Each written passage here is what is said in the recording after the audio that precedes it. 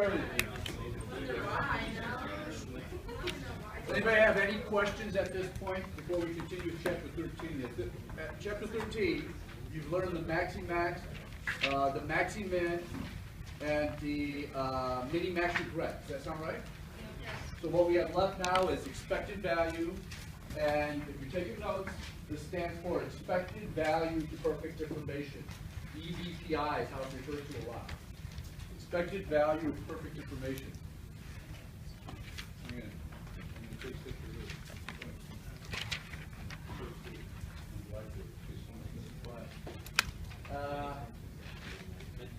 Ready to go?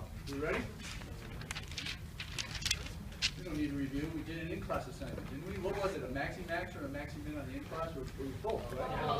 Okay. All right. Let's get to expected value. This is so easy. All right. Here it is. You've just been told that this, you know what? I'm going to make it personal. You are thinking about opening a franchise restaurant. It happens to be like a Burger King, but it's called Burger Prince, I think, or something. And you're in contact with the franchisee. And they said, hey, the location you're thinking about having your franchise, we know exactly what the population is there, we know what the mean income, we know the average age, and we went ahead and compared it because we have 1,000 locations across the country, and we went ahead and compared the location you're thinking about, and we came up with this could be the outcomes based on the, the demographics of the area you're thinking about opening your franchise.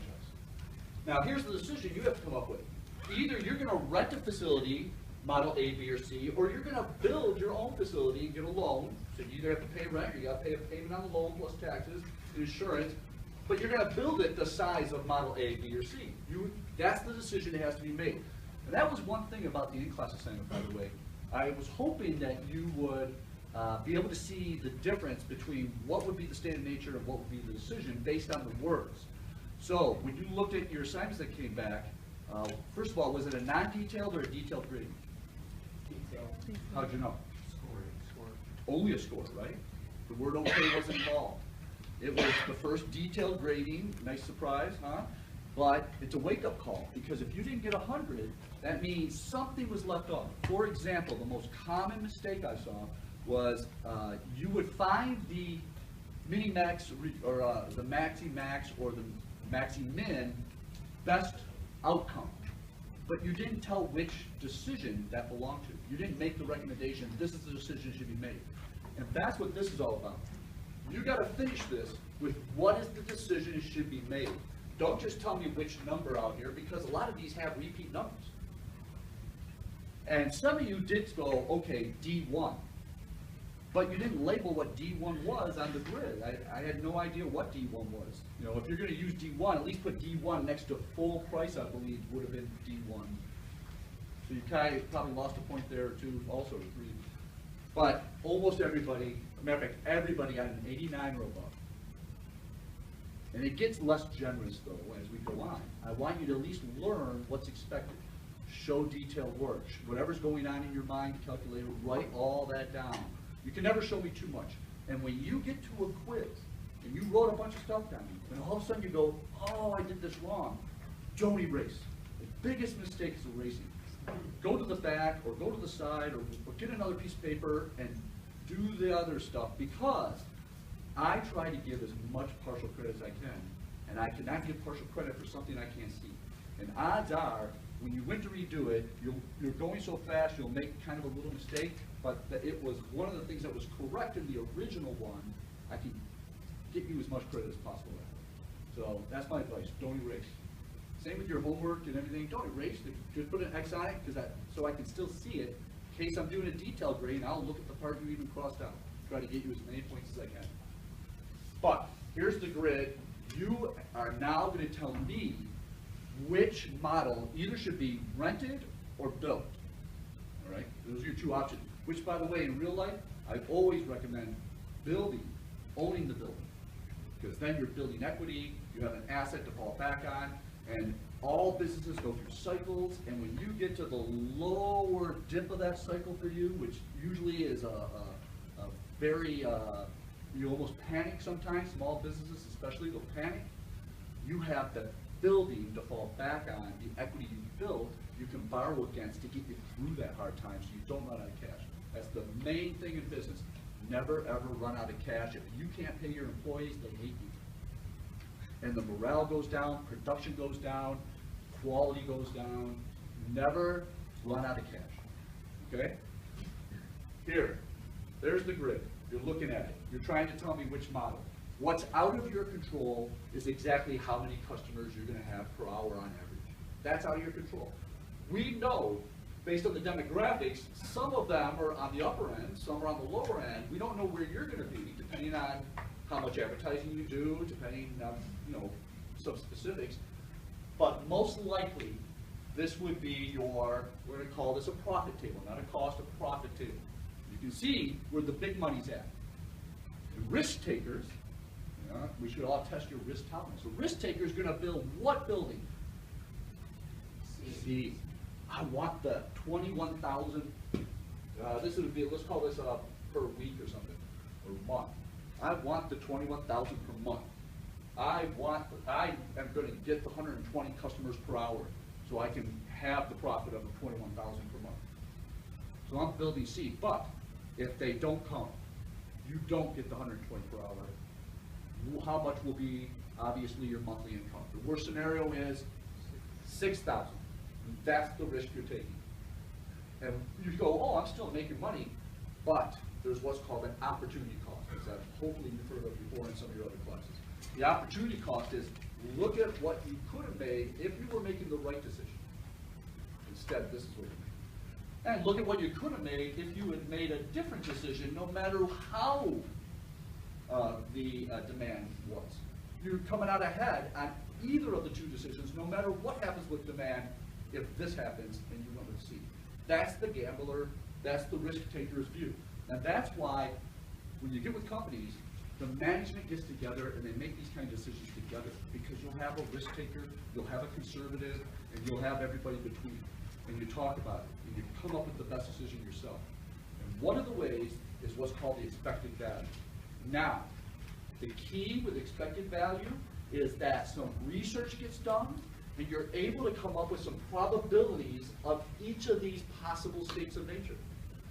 Now, I want to stick within a realm of, we're going to assume one of these are going to take place, period. So the reason I say it that way is because these probabilities always must add up to 100%, as if one of these state of natures are for sure going to take place. So you got to add up to 100%. In real life, it takes time and meetings and so on, but in this class, you'll always be given the probability of the state of nature. Let's, for example, it might say, it's been a year, it hasn't been a year, it's been, what, 4 or 5 months, so I can't remember the probabilities, but I think it's like, if I'm wrong, hang on, don't hold me to it, let me think. I don't even want to take this. Got it, okay, ready? Did you see it? Let's say, through some research, you decide that the probability of a slower, for the type of demographics you're in, ends up being at 80 customers an hour, and there's about a 40% chance. You also were able to come up with the probability of the average number of customers to be 20%. And then they'll come, that we'll be at the high end, that we'll have all the customers. We're going to dedicate social media, lots of advertising. We're going for this one, there's a 40% chance. 40, 40, 20 adds up to 100%. Now, once you have those percentages, to calculate the expected values, this easy. You multiply each decision's outcomes that are possible by the percent chance of that outcome, and then add them. Ready? I'm going to say it again, a little differently. When you're using the expected value method, you must have the probabilities. That's the only way you can do it. How do you find the probabilities again? You're going to be given to you for this class, but in real life, it's not that easy. In real life, it's meeting after meeting and debating as to this could happen or that could happen, and da-da-da-da-da, and da-da-da-da. So it's not that easy. I don't want to spend all class What trying does to it say, give you EVPI? examples of how to come up with these probabilities. EVPI. For this class, though, I'm going to be giving you the probabilities, and it's all about how you get to the best decision once you get the probability. Thank you. When you come across this in real life, the odds of you using expected value perfect information are actually pretty good that you might use it. Maxi-max is almost never used anymore. Maxi and mins almost never used anymore. They're such raw techniques of making a decision. But expected value, this is used. Expected value of perfect information is used in decision analysis, and it helps. And sometimes doing simulations get you to those probabilities a little bit, because we'll give you the probability of losing money and making money. So meanwhile, once you have those probabilities, you take each decision's outcome, multiply it by the corresponding probability. So I'm going to go to decision A, model A. This 10,000 times its probability of only 80 customers an hour coming in, so we multiply it times 0.1, 0.4. 15,000, if they're coming in at 100 customers per hour, the probability of this was 0.2, multiply it times 0.2. This one times 0.4. You'll have 3 calculations, you add the results. That's the expected value for decision model A. You do the same thing with decision 2, 3 calculations, add them up. Decision 3, add them up. Now, whether this is a cost table or a profit table, the process that I just described is the exact same. You look at the outcomes, multiply them times the probabilities for the decision, add them up. Now, when you make your recommendation, this is where the difference comes in. I said this is a profit table. So when you add these up, whichever expected value is the highest is the recommendation you're going to make based on the expected value method. If this is a cost table, obviously your recommendation is going to be whichever expected value is the lowest. See the difference? You ready? We're going right here. Here's decision A, model A. 40%, 20%, 40%, 12,600 expected value. Model B, what? Are we all good? Oh, excuse me. 40%, 20%, 40% again, 11,600, 40, 20, 40 again, 14,000. You're making the recommendation of which model should be made based on expected value. That's right, it's a profit table. Whichever one is going to give you the top one. And what a coincidence, it happens to be the one that I said the risk taker would want to take. Because they see the biggest payoff, even though it could turn out to be the lowest payoff, look at if it turns out right, look at the highest payoff. And expected value, the payoffs are high enough on this end to have made this one the best one. All right, that's how easy it is. That's all there is to expected value. If you have this on a quiz, you'll see something just like this. You'll be given the probabilities of the states of nature.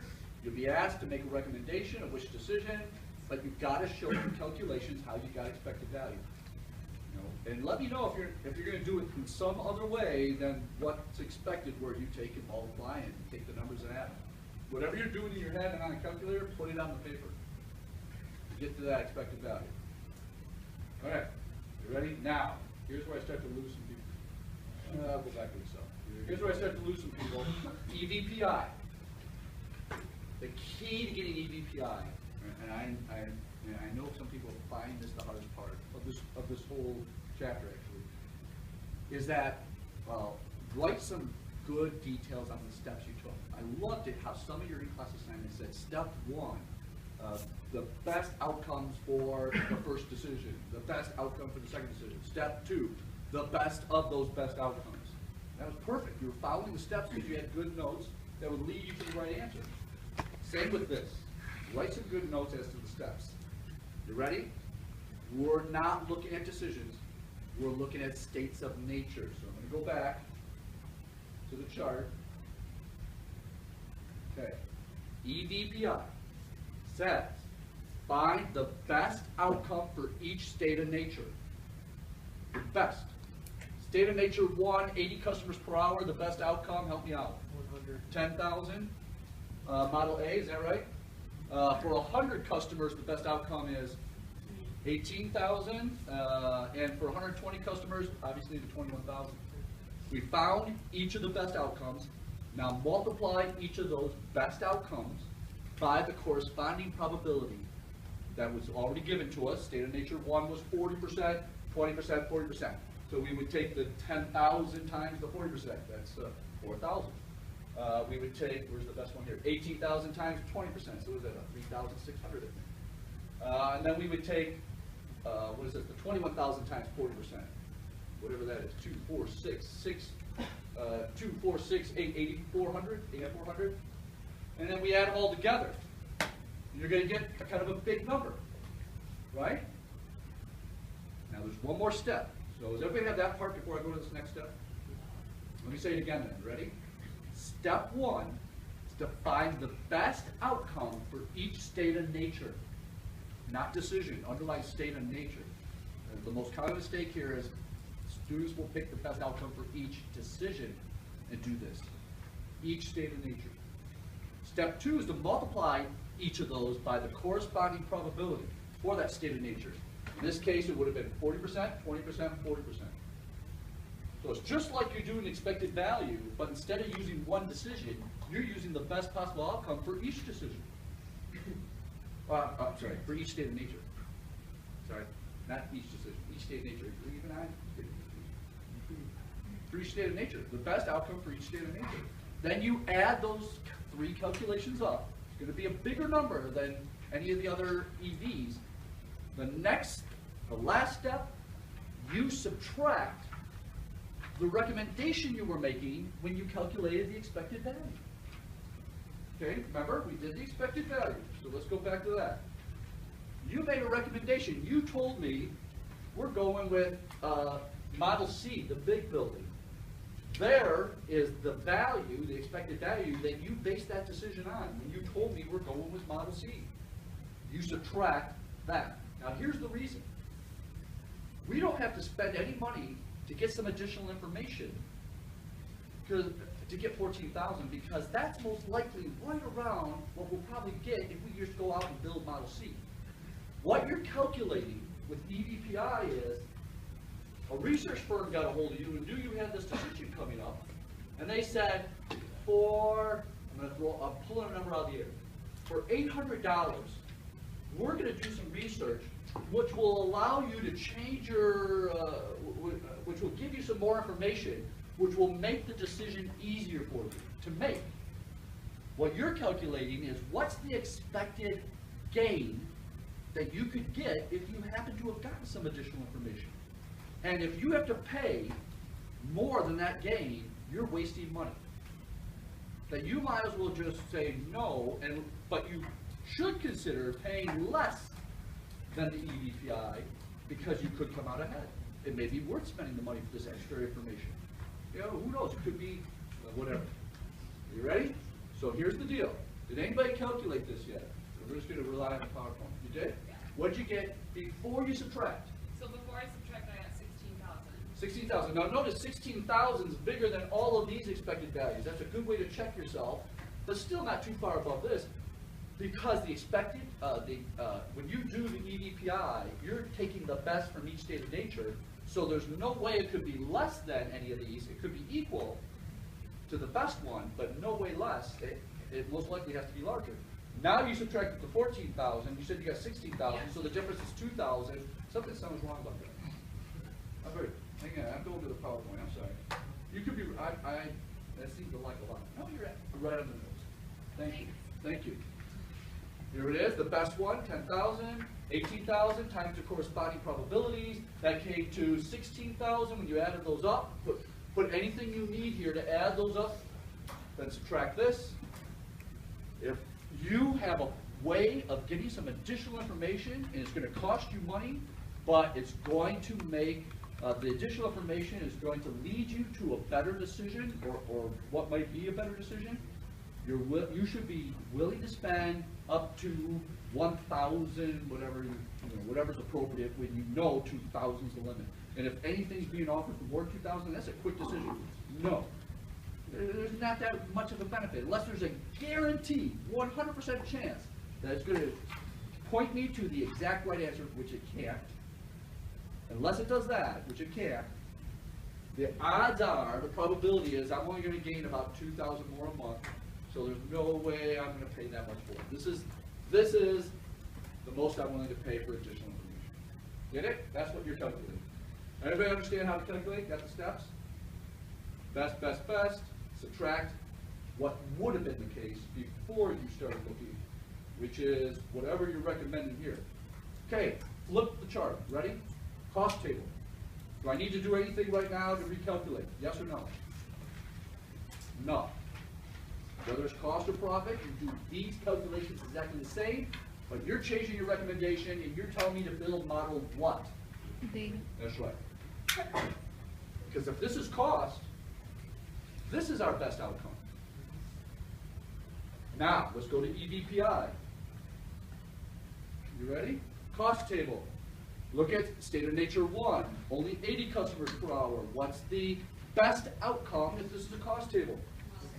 6,000, model C, times what percent?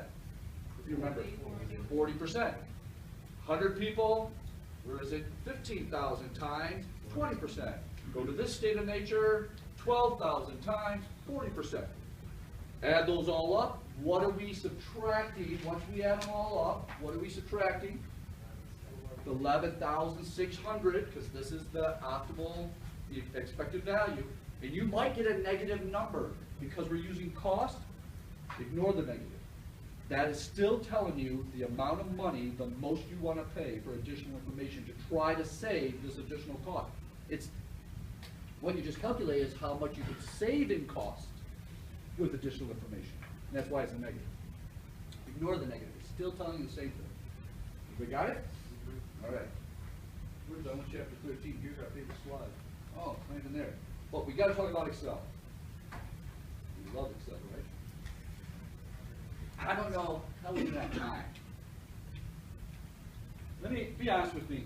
You've never used an if statement within Excel before. Be honest and tell me now so I can see how many people have never used an if statement. Thank you, thank you, thank you. I feel like I've used it, but I'm not sure. Okay. Anybody, how about this? Anybody who doesn't remember how to use an if statement in Excel? Oh, thank you. Thank you. All right, so I guess I better tell you that. All right. Look what's happening here with the if statement. I'm going to break it down to these kind of words. Ready? Equals if, parentheses. This part right here is some kind of logic question or test. Let's call it a test. You're asking Excel to look at this logic test, but the logic test you're asking Excel to do can only have two solutions. Either it's yes or no, true or false, something like that. So you got to remember, as you're writing this logic test, the logic test can only have two solutions, either it's true or false. So let's say, let me use this one. This logic test here says, if E5 is equal to E9, I don't know, so that's the test right there. E5 equal to E9, comma. If that's true, you're telling Excel what to do here if it's true, comma. You're telling Excel what to do if it's false. And it's only going to do one or the other, not both, ever. Based on whatever you are trying to have Excel do here, logic test, if it's true, Excel knows to go past this comma and do whatever you tell it here. And if that's false, Excel knows to pass both commas and do whatever you tell it to do there. So when you look at this, my question for you is E5 equal to E9, yes or no? Well, we can't even tell what's in E5, can we? Hang on. Whoops. There we go. Is E5 equal to E9? Where is E9? Is E5 equal to E9? No. True or false? False. So, Excel says, we're not doing this, we're doing this. Quotation, quotation, sometimes I put a space there. This is telling Excel, leave it blank. Or just put a space there, which is the same, leave it blank. It's just a blank space. If you would have said yes, it would have put A5 there, which would have been Model A or D1 or whatever's in A5. It's basically saying, this is our recommendation. Here's our recommendation. It's going through this test to figure out which one of these three ended up being here. So now let's go to the next one, E6, E9. Look at E6, look at E9. Are they equal? No. So, whoops. Says if they're not equal, we're skipping this and going to this. Put a blank there, put a space. Is E7 and E9 equal? They are. Now we go to the true. It says put A7 there, so it's going to put like a D3 or a Model C, or it says D. Whatever's in that space there, it's now putting there. Because where you put true, you said put whatever's in that space. And this is the recommendation. Model C, D3, we're recommending this one. So that's how you use an if statement. Let's talk about large. I've got an Excel spreadsheet right here. Large and max are almost the same thing, but here's the difference.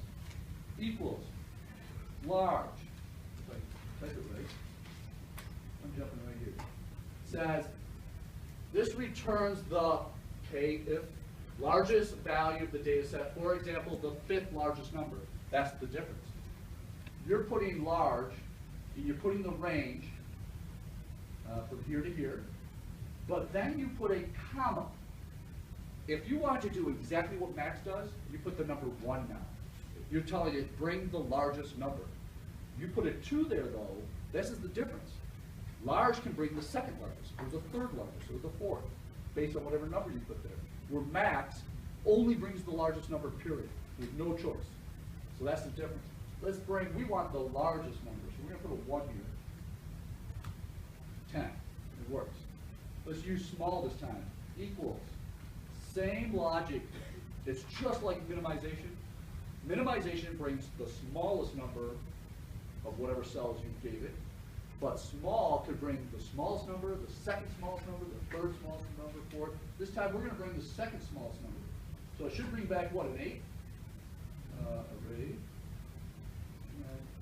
There, comma, 2. There it is. So now you know max, min, large, small, and if. And the good news is, for sure, one of those will be on your quiz, your first quiz. All right? FYI.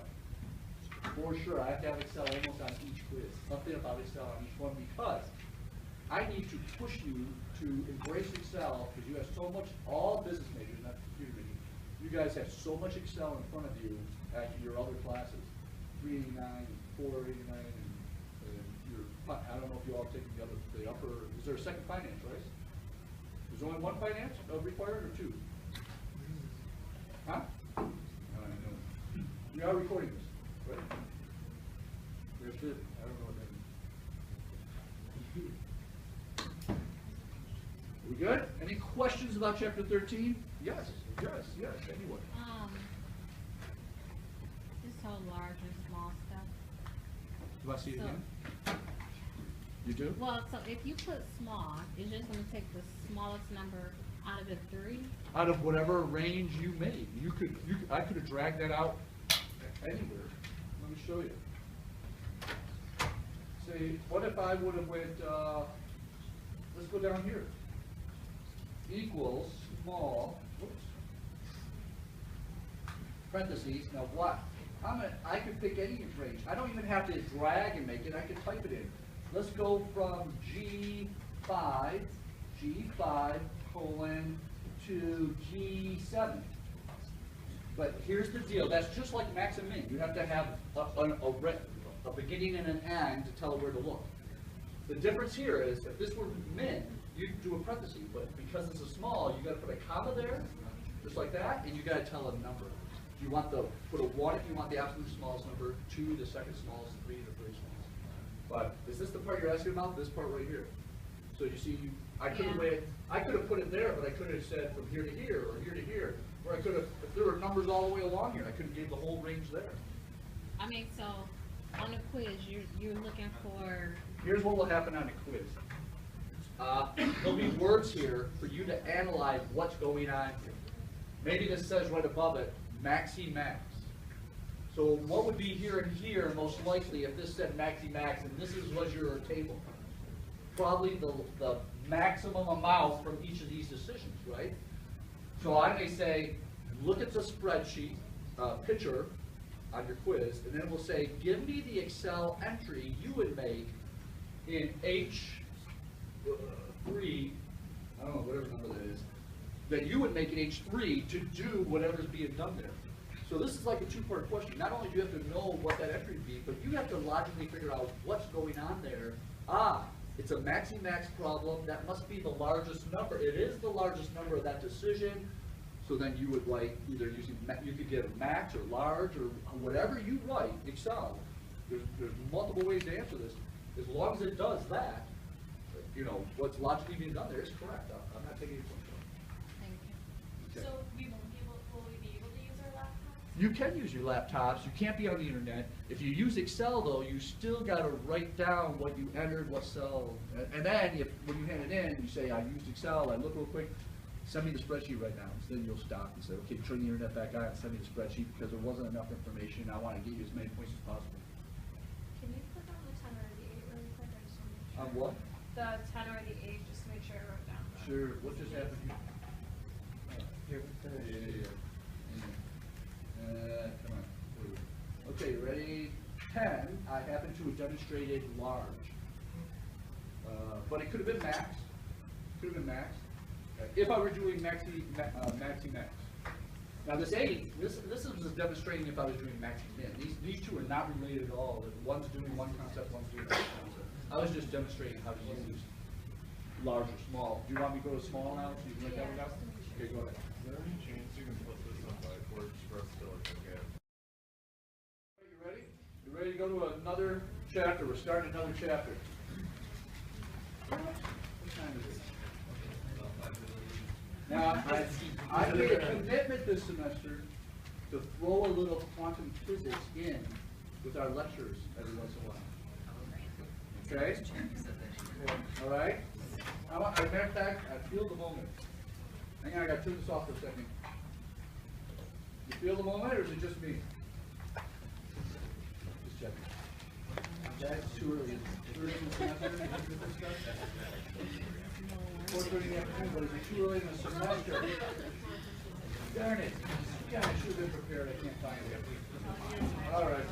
Forget it. I guess we'll go next time. Next time, oh well. All right. We're going to inventory. Let me just start with it. Everything you see is made up of atoms. You guys know that, right? Atoms. The only reason it feels solid is because these atoms are so close together, they're so tightly connected that it feels solid. But believe it or not, they're vibrating right now. You just can't tell they're vibrating. But they're in there vibrating. You feel that? I could break them apart if I tried hard enough. Right? Okay. EOQ. EOQ is economic order quantity. This is like the basic model that other inventory models have been built up on. Now, the reason I love this chapter, it does get a little harder, but still not too hard. It's a little harder is because I used to work for this consulting firm. And my job as an executive analyst is I would go to different companies around the United States. I'd fly in on early Monday morning, and I would analyze a business. They had paid to get me there to analyze their business. And my first step is I say, okay, get me into your conference room or wherever you can get me and bring me your last 4 years financials. 4 years are laid out on the table. I'm analyzing all of them, and I'm working off percentages, comparing 1 year to the next, and all the different expense categories especially. And something always ends up jumping out at me. I see some unusual jump. And in many cases, it leads me to start looking at the inventory. This is very common for many businesses. Now, the businesses I was analyzing were smaller to medium-sized businesses, around 10 million in sales, maybe to 50 million in sales a year. So they're not that big. And when you are with companies that aren't that big, they haven't kind of gotten to the point, sophistication, to start doing real mathematical models to make business decisions. So this is one of the areas that it becomes very easy to find for a company where they're wasting money. And usually it's a pretty good amount of money. So I love this chapter, and when you walk into that first job and you finally got a little bit of time, say, hey, you guys use production lot size to make this decision or that decision? You don't? You might have, I got a little time, you jump in and start helping them with this and see how much money you can save them? That's it. Your future's in stone. You're golden. Everybody understand what I just said? That's it. You just wrote your ticket. They've never had anybody come in and say, you mean we could save this much money with this one little change? Just making this little change? All right, so this is where I've helped companies just save hundreds of thousands every year with little changes in the inventory. All right, this is all the stuff you're reading at home, blah, blah, blah, blah, blah, blah, blah, blah, blah, right? I'm jumping right to the first formula. All right. This D is demand. But let me, in your notes, you need to write and highlight, this is annual demand. No matter how demand's being told to you in a problem, you got to make sure you're using annual demand. Circle annual, underline annual, put it into the bold, whatever you got to do. Annual demand. Hey, we're selling 55 rolls of, or cases of paper towel a week. What did I say, 55 a week? Hang on a minute, let me get here. 55 a week. What's D? Or just tell me how you're going to calculate D. 55 times 52. 55. Everybody hear that? To convert it to a year, people said, well, I know there's 52 weeks in a year, so if it's that many cases per week, multiply times 52, we just found annual demand. That's D. If you don't convert to annual demand, every calculation for inventory will be so far off that it will be a huge mistake. Next, total cost. Total annual cost. I got to back up. I just remembered something. You ready? Forget total cost for a second. I want to make sure you get these other letters. C sub O is called ordering cost. You're always ordering cost. How much does it cost to make an order, to place an order with the supplier or whatever it is we're talking about? How much does it cost to put it together, the order together and place it? Okay? This H is holding cost. I can't tell you how many times I had to calculate this ordering cost and holding cost, and they're not that easy. You've got to do some hunting. But this holding cost is, what is the cost for this item we're talking about to be inventoried in the business's place of inventory? Let me just, for example, say a warehouse. So now, how were these calculated? For this class, you never have to calculate them. You'll always be given the holding cost. You'll always be given the ordering cost. But in real life, real quick, how I did, for example, ordering cost, I'd be at a business, and I'd be in their warehouse, and they're selling toilets. And I'd say, hey, you're getting low on toilets here. How do you put together an order so that you can replenish this? And I sit there and take notes and follow whoever's helping me in the warehouse. I follow the steps, making sure I listen to every word that person says to see what exactly goes into putting an order together. And here's the kind of things I heard. Okay, you remember, this is before personal computers when I was doing this. This is in the 1980s. And this is what I would hear. Once we get down, let me look at the tag here. 2, once we get to 2, once I notice, I go over here and fill out this form, and I put the SKU number, and says here we should usually have 8, so I'll say order 6, like that. And that's what I go. Okay, good. Is that it? Yeah. What do you do with that? Oh, I put it in this envelope, and I put it in an outgoing box, and somebody will get it to the buyer in finance. I grab it, I go to finance, and I find out who that person is that places that order. And I start asking questions, let's pretend like you just got this tag, this form filled out from the warehouse. What do you do with it? Oh, I look to see if there's any other ones from that same supplier, and I put them together, and I fill out this form for our supplier, how many we want of each one, and what the SKU number is, their model number is, and then I call it in. You gotta remember, this is before personal computers, I gotta keep emphasizing this. Then I call it in, and I read this to them. And then I start asking, how much time does that usually take you? And I ask the person in the warehouse, how much time is that going to take you? Then I go over to payroll, and I start looking at how much they get paid, and I break it down to per hour, how much that person gets paid, and I ask a whole bunch of questions, and I figure out exactly what the company spends on putting one order together. That's an ordering cost, and that's what's involved, all of that. Anything involved with putting an order together, you've got to break it down to what's the cost walking from there to there, what's the cost for her to dial that phone, how many minutes of that phone, is it long distance, is this phone being billed per minute? You know, everything involved, you got to break it down, figure out that cost to place an order. Holding cost, you ready? You don't need to take notes on this, by the way, you're being given this. I'm just giving you real life. Holding cost. I'd have to go, okay, I'm back to the toilets. I'm in the warehouse. Is this the only place you keep these? No, we also have some out on the floor. We always have two, one on the display, one for a customer to just grab and put in their cart or something like that. And usually when we have all 8 of them, it takes this much space by this much space. I get the full square footage of the warehouse, I figure out what % of the space of that warehouse that's being used just for this one SKU. I look up at all their warehouse expenses. There's electricity being used for that warehouse. Sometimes there's air conditioning, sometimes there's heat. There's property taxes on that particular building. You take all of this, you turn it all into what % of all of that's being used by that item, multiply all those numbers by that % and add them together. That's the holding cost for having that item. You get it? That's where these numbers are coming from. Now, I'm going to prepare you for the quiz. All of these problems and the stories that you'll see in the PowerPoint, they tell you that holding cost is a % of the cost of one item, either to buy or make. So you have to calculate, sometimes, you have to calculate the holding cost by taking whatever the % is times the cost of one item. Cost to make it or the cost to buy it, whatever the cost is given in the story. Sometimes you'll be given the holding cost just as a number. It's 5 cents, it's $1, it's $1.50.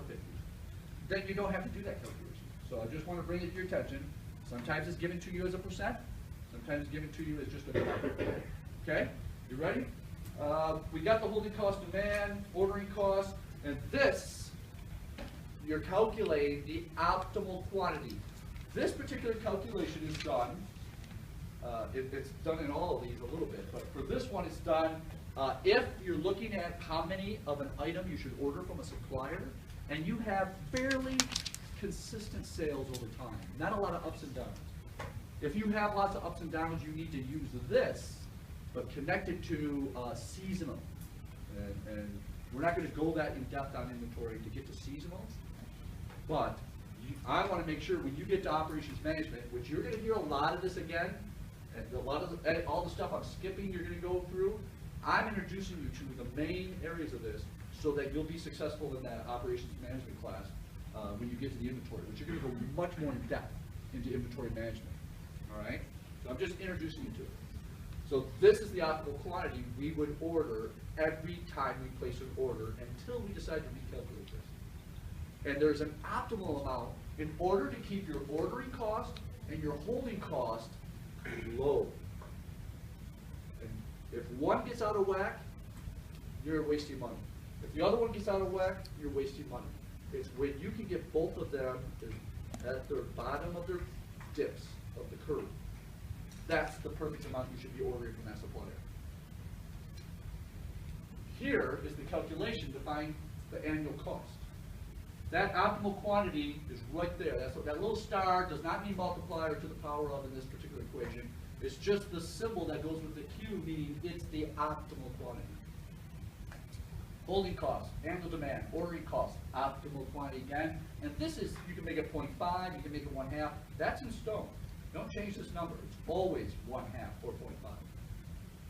Now, when you start doing a few of these, you'll start to see this left side is either really close or exactly the same number as the right side when you're using the optimal quantity.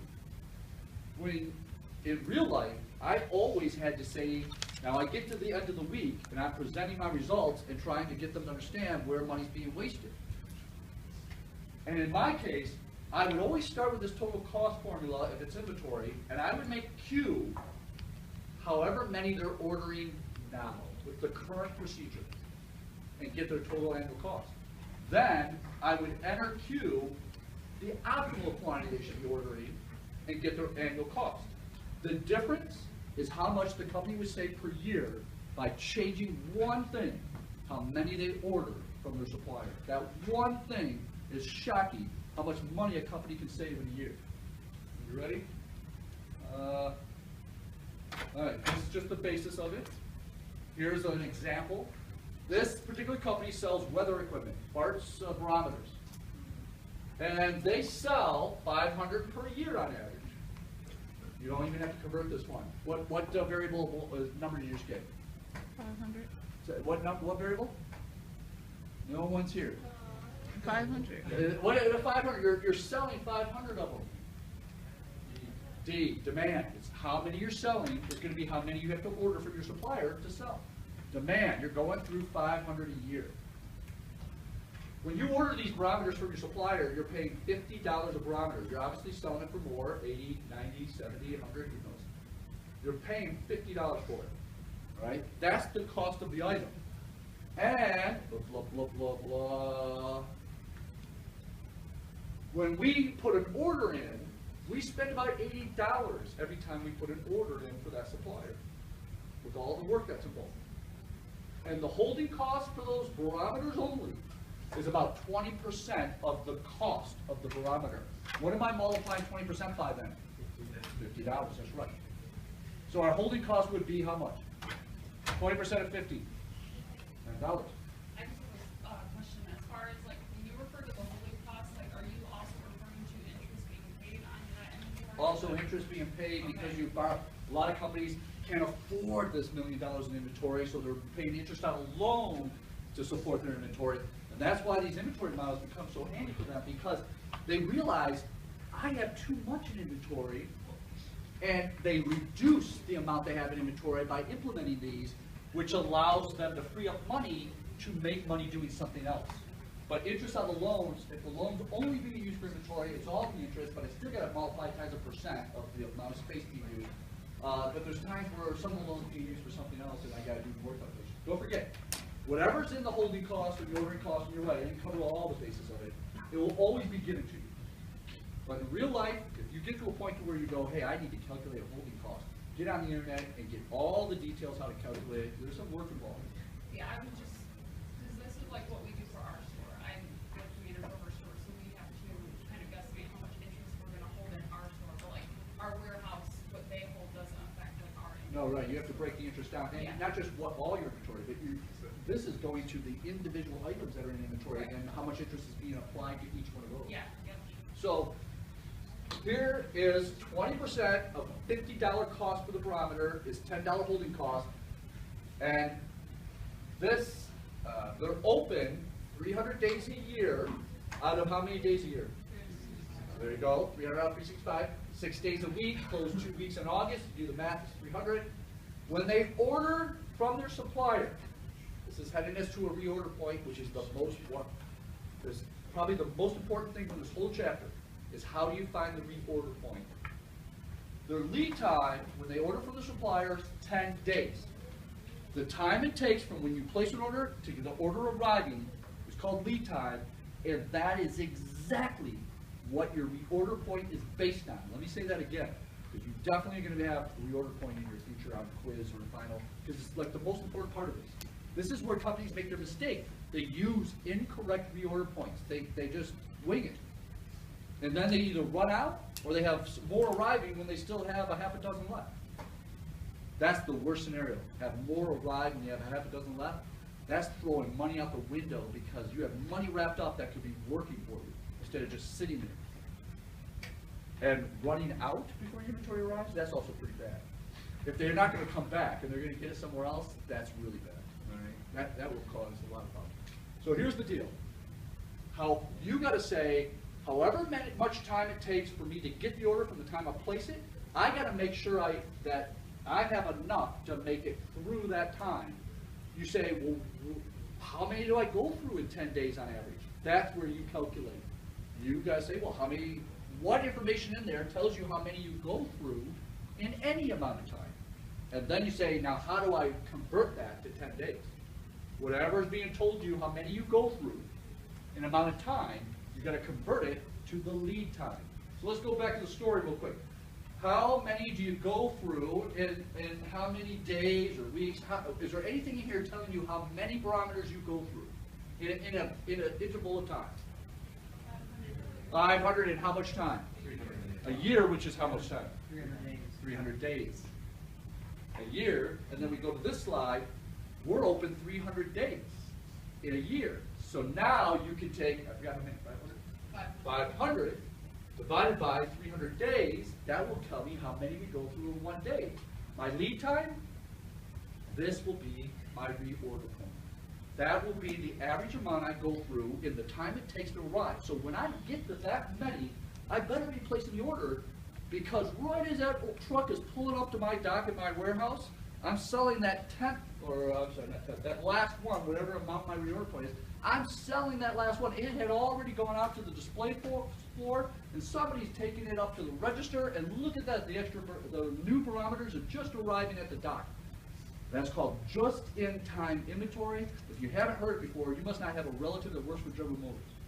I work for GM Logistics, that's all I do, but the other side of it. Yeah, so they have been just-in-time inventory for the last, like, it's been over 20 years now, maybe 25, and every company is doing just-in-time inventory now. All of them are, but not the small ones. They may have never heard of it. The companies I called on, for example, the daughter would say, look, I didn't study business in college. I studied literature. My father passed away. No one else is here to run this business. And that's why it's losing money. Because, you know, you have never studied business, you don't understand what's going on, you didn't hang there with your father and have him teach you everything. Whatever the case may be, there's all kinds of businesses out there that don't do this, and they're throwing money out the window, and they're waiting for you guys to graduate and get in there and say, yes, here's my daily job. Wow, my job's becoming easy. I got some time on my hands. Maybe I'll stick my nose in some other areas. This is what's going to get you the money. This is what's going to give you the promotion. You're sticking your nose in other areas, trying to figure out how to save the company money, and you're a hero. Because no one else cares.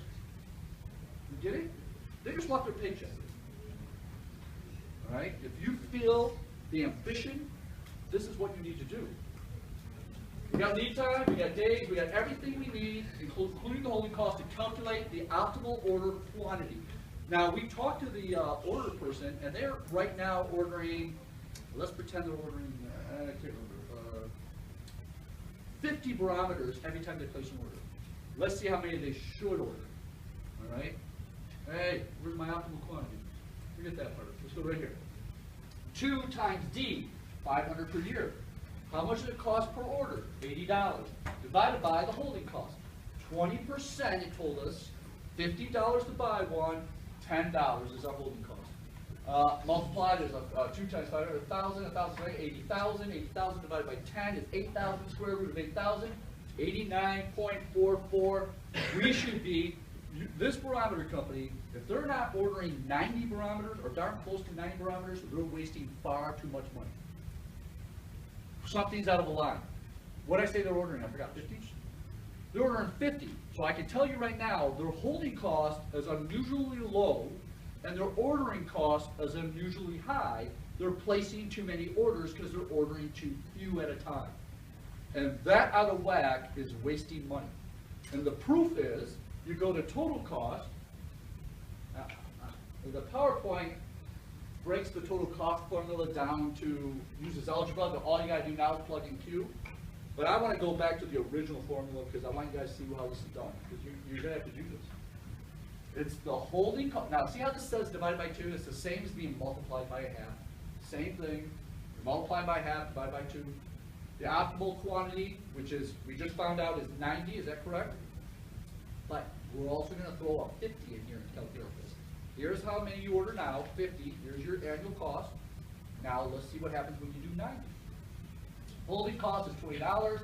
So 90, we're doing the 90. 90 divided by 2 is 45. 45 times the holding cost, which is $20, blah, blah, blah. And then we have the ordering cost. I can't remember how much that was. 80. 500 is the demand. Optimal quantity, again, is a 90 we just found out. And then you do the math on this. Here it is. If you broke it down before you got Q, you did algebra on this, you'd have 5Q over here and 40,000 divided by Q here. Somebody, if you don't mind, write this down who's getting this. Someone who says this is pretty easy to me. Put in 90, you don't have to put in 90, we're about to see it, I think. Put in 50 though. Put in a 50 there and a 50 there. And add them together and let's see what you get. You got this? 5 times 50 plus 40,000 divided by 50. Now, oh, it doesn't show us. Where's our, hang on. Where's our total cost? You pass it? We didn't calculate it? It's not even on here? There we go. Using 90, we get a total, look at this. See how close they are? We took the holding and the ordering costs and got them in balance. That is the moment. When they're in balance, that's when you're not wasting money. That's the spot. That's the sweet spot. That's the curve. We add these up, $894. If you would have used 50, I saw you plugging away. Hit me with it. $1,050 minus $894, that's $156. $156 doesn't sound like a lot, does it? But how many different SKUs do you have in this warehouse if we were to do this with every item? 10,000 SKUs. This is probably on the low side. So multiply 200 times 10,000. What are we at here? Is that $2 million? You'll say, even though it's only $156 on each item, or $200 on each item on average, if you apply this principle, this math, in the big picture, you'll save over $1 million a year. And that's usually the case. And then all of a sudden the light turns on. And they're going, this is why we've been wasting money. Wow, we have way too much inventory. One person looks at the other, I told you. Something like that. Everybody getting this? All right. How are we doing on time? All right, we're just... What was the reorder point? I forgot. What was the reorder point? 500 divided by 300 was what? 1.6 times 10 makes 16? 17? Okay. Now everything's on computer. If you like logistics or inventory management or each, by the way, there's a whole chapter in this on logistics, networks, planning on shortest route, making sure that transportation models and so on. But on this, if you're managing inventory, inventory is all about setting the correct reorder points because it's all on computer now.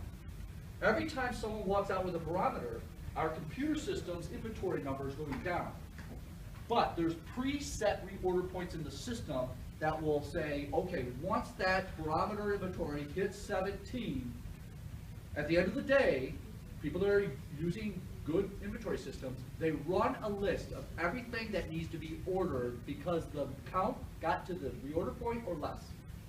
Then they take this list and they say, let's place these orders before the day is over so we can get the lead time started. And that's how it's done. And that's how you have just-in-time inventory, by having the correct reorder points. This is approximately how many barometers they go through in the 10 days it will take for the new barometers to arrive. And so this is the point at which you want to place your order. And if for some reason you've been in this inventory, you've been managing this warehouse for a while, you'll start to get a feel for it. You don't need to even recalculate. You'll go, we keep having one left over. I'm going to lower the reorder point to 16. I'm going to make that just in time. You squeeze it. You just, you go up and down. You don't even have to recalculate. But every 6 months, you should recalculate to make sure those reorder points, because those too high or too low just waste money. Either you're losing sales or you're wasting money held up in inventory because you have too much and you're reordering at the wrong time. Reorder points is the just-in-time inventory. That's what it's all about, reorder points. So for this first section, we did reorder points, total cost, optimal quantity to order, correct? All right. There was one more I was going to cover. I'm going to skip it though because this one has nothing to do with ordering from a supplier. This is a different calculation. This is if you're manufacturing something and you have to make a bunch of them and then you retool the machine to make something else. When you have a machine set up to make something and you're making a certain amount, that's called a production run, a lot size. So That's what this does. Now, when I was working for the consulting firm, I called on a lot of manufacturing companies. Even in Detroit, they were supplying to one of the automobile companies. And I always, when they have me come in here, there's the raw materials, of course, I can look at. But I also look at how they decided on how many to make when they do production runs. So a lot of manufacturers do these production runs. Here's what happens. They say, oh, that machine would fit in with our company really well. We can make these for this. We have this additional item we could supply. We already are doing business with this company. We're their supplier for this other thing. Look, this machine is $2 million. So this is a big deal. Should we buy it? But look at all the different things it can make. At this point in time, we only are selling, 100,000 of this item that we would now make here instead of subcontracting it out. This machine's going to be idle, 2/3 of a year. We got to find new cut. An optimistic person will say, this machine though will bring us all these different products that we could sell additionally on the things we're selling already.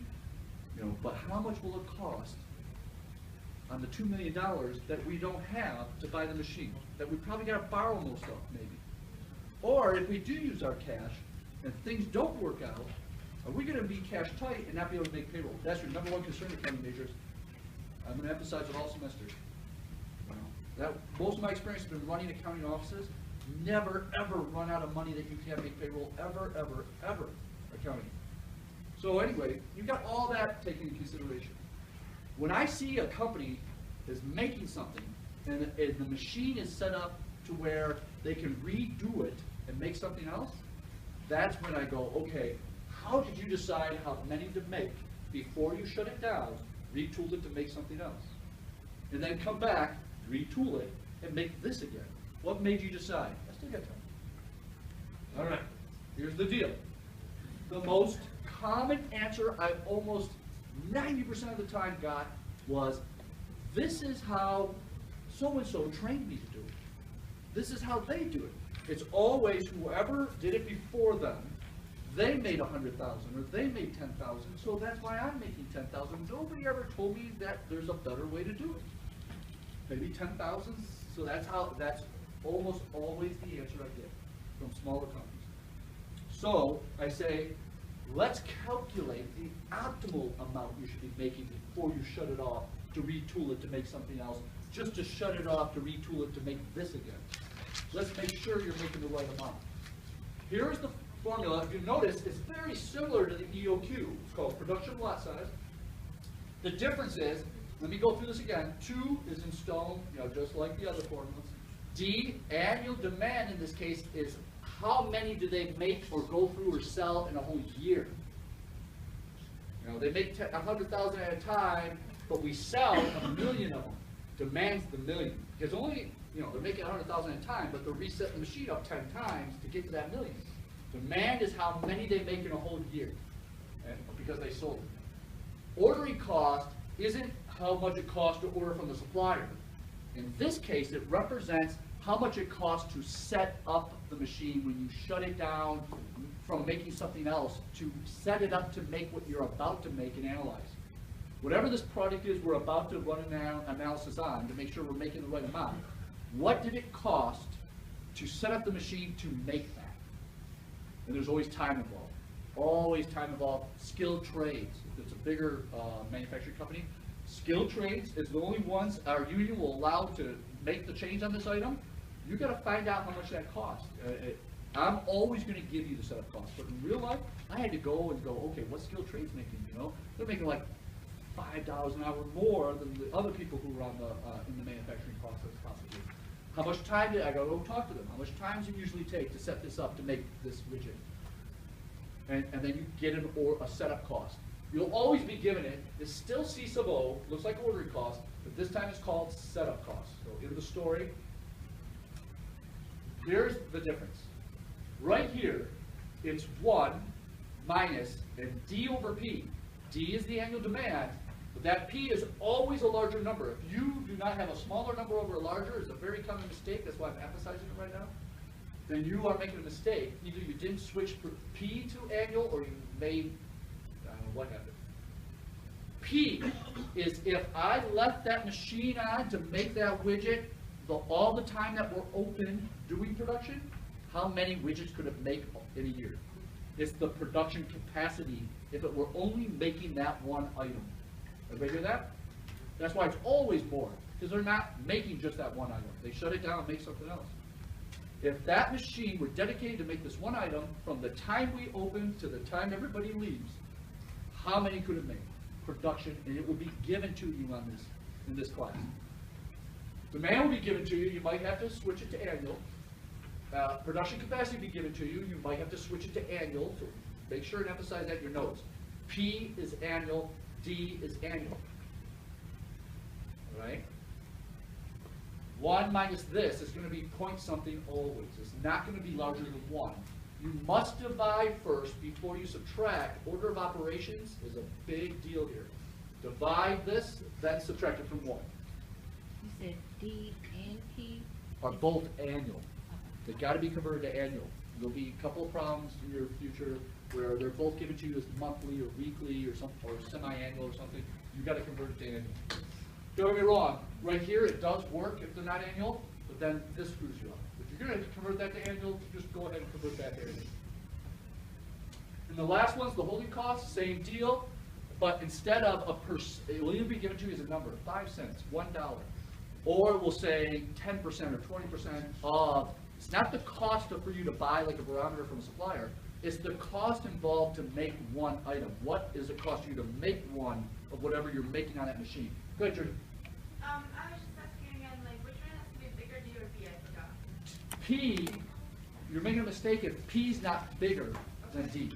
There's a mistake being made because that machine, if it were left on making one item all day, it's going to make a lot more than what's being made now. Because almost every company, if they use that machine for more than one size, they're shutting it down and so on. All right? Everybody got that formula? Annual cost, a little different. It's the 1/2 or 0.5 or divided by 2, all the same thing right there, that's in stone. But here, 1 minus annual demand divided by annual production. So you did it up here, 1 minus, just carry it down here.